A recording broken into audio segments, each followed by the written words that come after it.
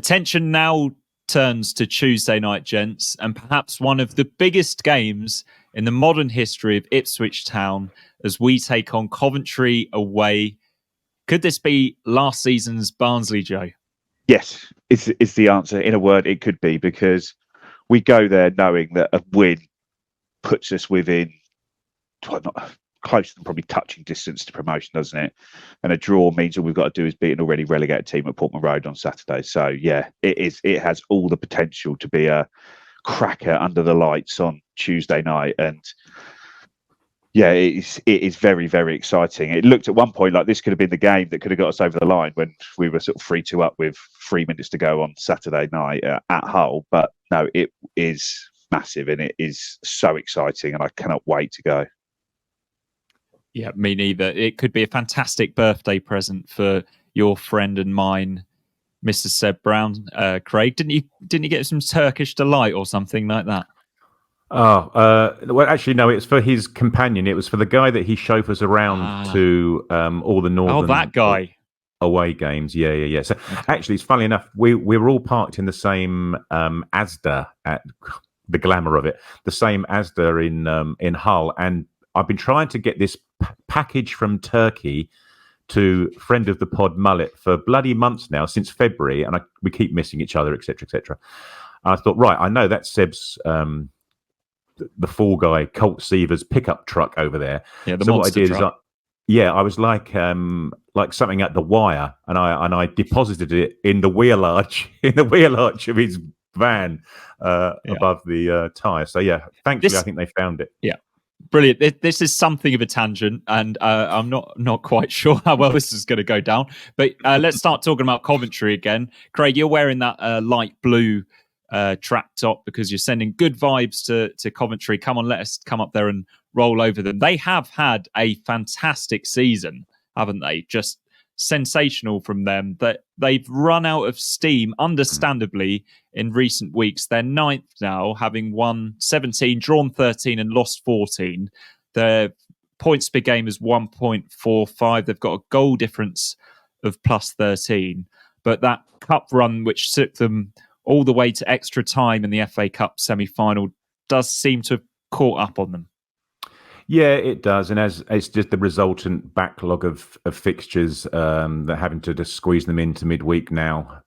So yeah, and it is having an impact on their fitness and injuries and suspensions now, as we'll chat about in a bit. But I think in terms overall, their home form is significantly better than their away form. I think if you sort of separate it up, they've lost 10 games away, but only 4 at home. So they do look a better team at home, but as you say, Mikey, it does look like they may be running out of a little bit of puff with 2 games to go.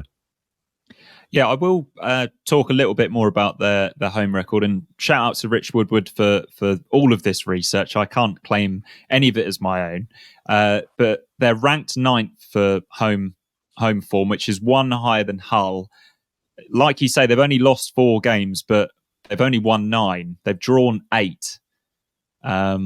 So yeah, that's 35 points and a goal difference of 11.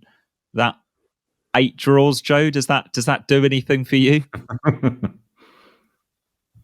It's just one of those things we think that is all we need to get there, isn't it?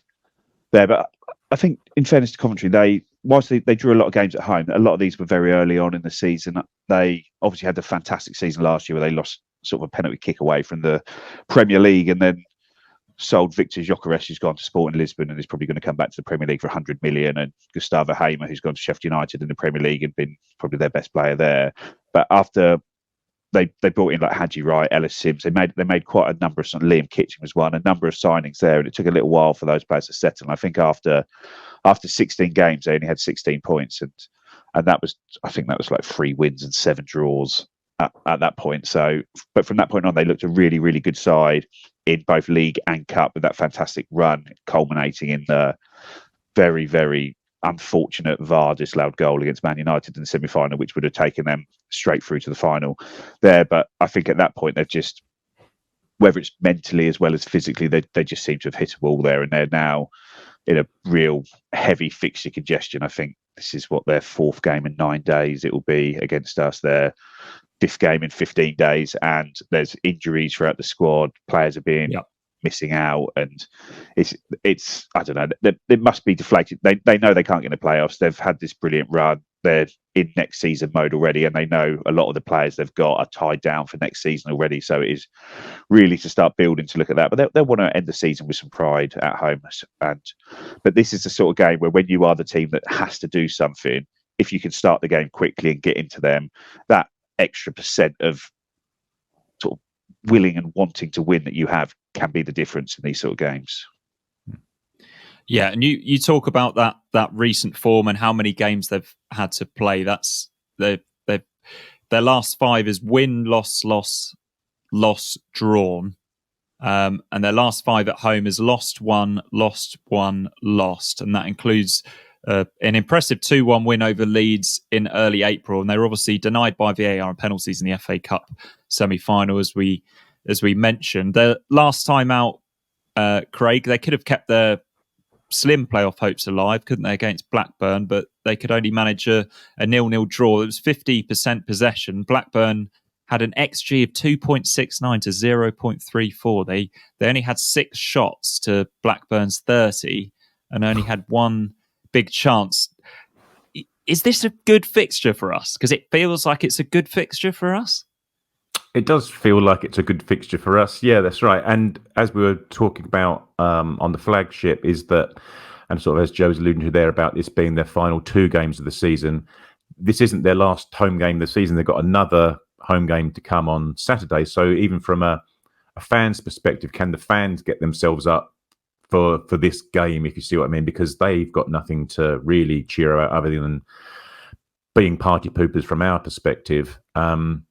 Because they've got their finale on Saturday where they get to hand out player awards and clap everyone lap of honour, etc., from another decent season on their behalf. So, yeah, as you say, from their form is a bit up and down. Certainly at home, they lost to Cardiff at home. Then, as you say, beat Leeds at home, and then got slapped away at Birmingham, and then conceded another 3 at home to Hull, didn't they? So you've just got to hope that. From a leaky perspective, I think reading Mark Robbins' comments yesterday, he said that it was their first clean sheet in 8 championship matches yesterday, and that was with half an hour of it being with only 10 men. So you would have hoped that would have put even more minutes into the legs of those guys that were on the pitch. Yeah, he spoke about tired legs quite a bit going into that game, didn't he? He made 5 changes for that game. Liam Kelly hit the post for them in the second half. Liam Kitching, we've already alluded to this a couple of times. We mentioned it in the flagship show itself. Liam Kitching was sent off for denying a goal scoring opportunity, so he's going to be missing. And there's a few injury doubts as well. A 17-year-old forward, Aidan Dausch, made his senior debut as well, which is another potential good sign that he's giving minutes to some youngsters, and I'm sure that would probably go down well with the Coventry fans as well.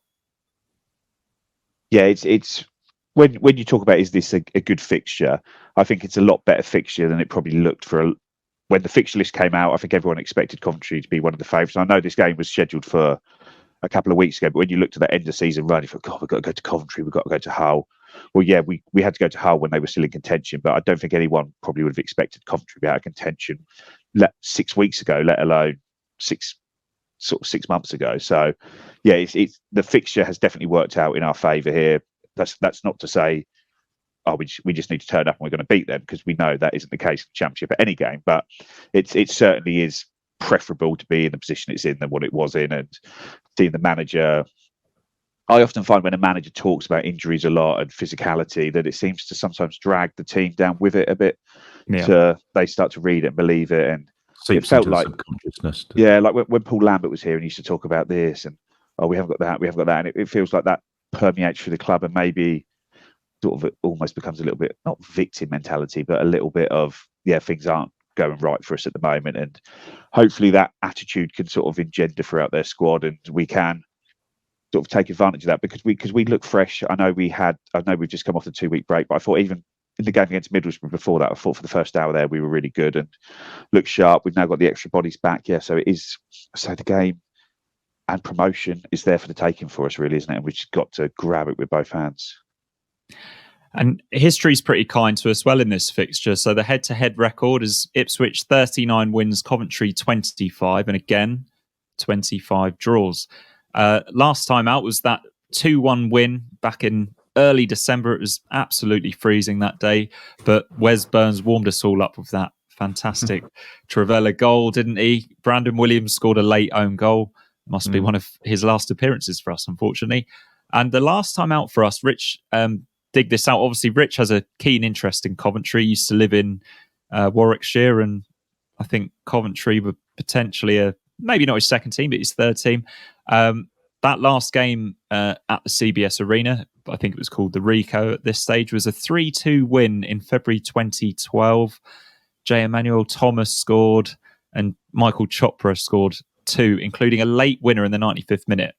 And in my only visit, I think we scored an 85th minute winner with Alan Lee's scoring. So, yeah, there's more good vibes. But, yeah, bringing it back to the present day, the top performers for Coventry City in terms of stats, we've got Haji Wright on 15 goals. Ellis Sims, who we were courting in the summer but couldn't afford. He started so slowly but has ended up scoring 13 goals. It's been a decent second half of the season for him. Haji Wright also leads for assists with 6. Josh Eccles has 5. And Ben Sheaf is a very important player for them. He makes 52.3 accurate passes per 90. Who do you fear most in this Coventry team, Joe? We haven't mentioned Callum O'Hare yet. Well, it's the players mentioned. Ben Sheaf is very much a Premier League player in waiting, isn't he? I imagine. I know he signed quite a long contract with Coventry last summer, but he's a player that looks too good for this league at times. He is their Sam Morsey. He's the one that runs a game for them, ticks them over, and is just their best player. But obviously, Haji Wright and Ellis Sims are both very good strikers at this level, as their goal record attests. Then, like I say, there's a reason why Coventry got to the FA Cup semi-final, got to the playoff final last year, had this fantastic run sort of in the middle part of this season, which just unfortunately ran out of steam. And it's because they're a very, very well-run club with a very good manager that has built a good squad for them. So you look through the team and you think, well, if they're at their best, they're going to cause us problems. So it's difficult. We just have to hope that Victor Torp and Ben Sheaf don't play as well, again, as they did at the weekend, that one of the strikers doesn't play, Sims or Wright, or both of them don't play. Play the 17-year-old. Yeah, and you just have to hope that they are saving themselves for that last Saturday game up there to try and end the season on a high in front of their fans. Yeah, and as you mentioned, Sheaf, sorry, Craig, Sheaf is a key player for Coventry. Robbins was giving little away on the extent of his muscle injury. He'd be a huge miss for them. Go on, Craig.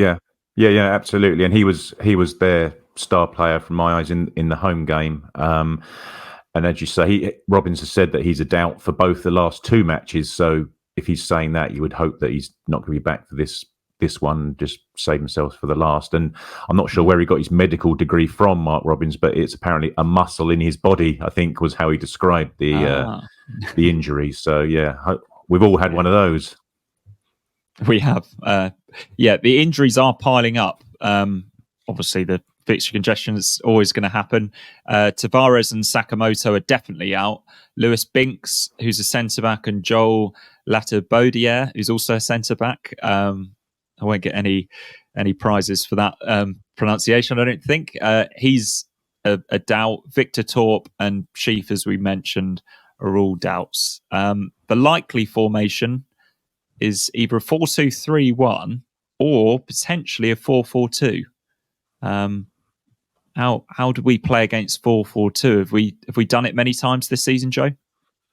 Yes, it's not too different, the 4-2-3-1 or the 4-4-2. It's just basically the position of one player, isn't it? Whether the 10 sits deeper and your player's a sort of a Callum O'Hare type player in that hole, or whether it's somebody to go up against a defender in it. I guess it's more, do you have your 2 centre-backs looking after 2 players with your central midfielder helping, or do you have your one centre-back up against one and one midfielder helping and the other centre-back as a spare man there, isn't it? So there's I can't imagine there's anything we're going to come up against that we don't know how to deal with at the moment. It's too late in the season for these massive tactical tweaks, and especially it's too late if your squad is running on fumes and you've played 4 games in 9 days.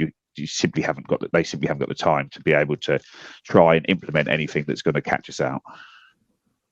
And Rich has given us a predicted lineup, so I'm going to go through it. Bradley Collins will be in goal, and then Jay Da Silva is likely to play at left back. He's been pretty much ever present there, I think, this season. Jake Bidwell and Bobby Thomas will be centre back, unless some of those injured players are back. Milan van Ewijk is right back, and Liam Kelly is likely to be in midfield with Josh Eccles. Hadji Wright will play off the left, Callum O'Hare off the right, KC Palmer in behind, Big Ellis Sims, and he's mentioned that Matt Godden and Jamie Allen are other options for Coventry. That's them. We had a really good referee against Hull. I'm not sure I gave him the credit that he deserved. He really helped that be the match that it was. James Bell only ref one other Town game this season, and that was the 0-0 draw up at Stoke on New Year's Day. There was a red card for Jordan Thompson for 2 bookable offences. I'm not sure I want a 0-0, Craig. That would be pretty nerve-shredding, wouldn't it? Yeah, absolutely. I'm not sure we were talking about previous games against them, and I'm not sure I could do with an 88th minute winner or a 96th minute winner, as you were referencing earlier, either. So, no, as Joe said, if hopefully, fingers crossed, we can start off quickly and get in amongst them early, and then, it's up to Coventry whether they can or want to react to that. So, yeah, fingers crossed we can carry on the momentum from Saturday night into Tuesday night. And Joe, I think you've already given us your predicted lineup or what you'd expect for the Coventry game. So I'm going to go back to Craig again. I'm going to ask you who you see playing. Well, I suppose the main talking point is Leif Davis at left back, because he went off injured on Saturday with a turned ankle. And, I think we can all pretty much guarantee that has been wrapped in a bag of peas on the bus on the way home, and will be in some sort of boot cryogenic chamber, raised, was it impact compression or whatever the rice thing is? Rice. But yeah, between now and then to get him back on the pitch, because he's so crucial to the way that we play. If he's not there, then we assume it'll be Harry Clark that will play in his stead. And then, well, I suppose it'd be interesting whether Luongo goes again. As Joe has said, we're at the point in the season where you just try and get your best 11 out onto the pitch and work things out from there. And I'd imagine they'll be doing everything they can to have Luongo and Morsey start again. Although Travis, I thought, played well when he came on, played that more defensive role, obviously in the centre midfield against Hull for the last few minutes. And then again, you would have thought, because they got taken off after pretty much bang on 60, 61 minutes against Hull, that Burns and Hurst will start again. Fingers crossed there's no repercussions or ill effects from their return to the team. And then it's, pick and choose your choice of attackers behind the striker, really. I know Joe in the Flagship said that he may have Burns, Hutchinson and Broadhead if everyone's fit. We don't know. We don't think we heard much about Broadhead or indeed Marcus Harness's injury, because he wasn't on the bench either on Saturday. But I'd be minded to maybe rest Chaplin and the rich vein of form that Hutchinson's in. If he can go again, and there's no reason to suspect a 20-year-old or 21-year-old can't go again for another game in a few days' time, I'd have him in this 10, Burns on the right, and then if Broadhead isn't fit, I think Sarmiento maybe deserves a start. I think he does so well when he comes on. Maybe it's just one that if Clark does play left back, you need a little bit of sparkle and a bit of impetus attacking threat down that left hand side, and he can provide that for us. Sarmiento is also excellent at going back as well, doesn't he? He does give the fullback a lot of help, doesn't he? And if Clark is playing on the wrong side and maybe having to cut inside, that is a bigger space to leave open there. So maybe, Sarmiento could be the guy to help cover that. Brilliant. Joe, I want your prediction. How is this game going to play out, and what is the final score going to be? I'm confident. I'm confident with it, but I'm confident that we're not going to lose, as opposed to confident in anything else other than that. But I will say we'll go there and win 3-1. Would you take 3-1, Craig? Yeah, I thought we'd all agreed that we were going to do a Barnsley again. I'd take a victory, yes, absolutely. And I was sort of looking for a victory on Saturday against Hull until such times you go in the ground and you look at their lineup and you look at how they sort of start the game. You think, crikey, these guys are these front four here we're up against here are decent. But as we've said, in terms of the way that the fixtures have fallen and the timings of the fixtures have fallen and the congestion that Coventry are facing, you would hope that we can get in amongst them early, ride the crest of a wave that we've got in terms of the positivity, and get a goal or two ahead relatively early doors. We don't seem to be suffering too much from nerves at the moment. Certainly from outwardly looking at the team and the way that they're playing, they don't seem to be suffering from any sort of nerves. I say if they can just get a goal or two ahead relatively early doors, we can hopefully see it out. And as Joe sort of said, in terms of the fight that Coventry may or may not show, if you can just get ahead of them and just keep them at arm's length for the rest of the game, I'd be happy with a nice, comfortable, nerveless 2-0. But it is like when you talk about the quality of the Hull players, like you turn up. If we turn up on Tuesday night and you see they've got Callum O'Hare, Casey Palmer, Hadji Wright, and Ella Sims as their front four with Ben Sheaf and Victor Torp behind them, all of a sudden you think, bloody hell, this is a proper team, isn't it? This is not last year when I know it was a tough game, but when we were going to Morecambe and Forest Green and Accrington and teams of that ilk where we just had much, much better players than ours. As the account showed, our budgets were 10 times what some of those teams were. But yeah, this is, like I said, they're a good team with some good players, and I just hope that their good players maybe aren't playing, are resting, are not there, and we get that chance to get into them early and pull away from them and have a sort of nice, comfortable evening, which a lot of the running was last year, but it just hasn't been this year, has it? We can do this, can't we? Yes. Yes.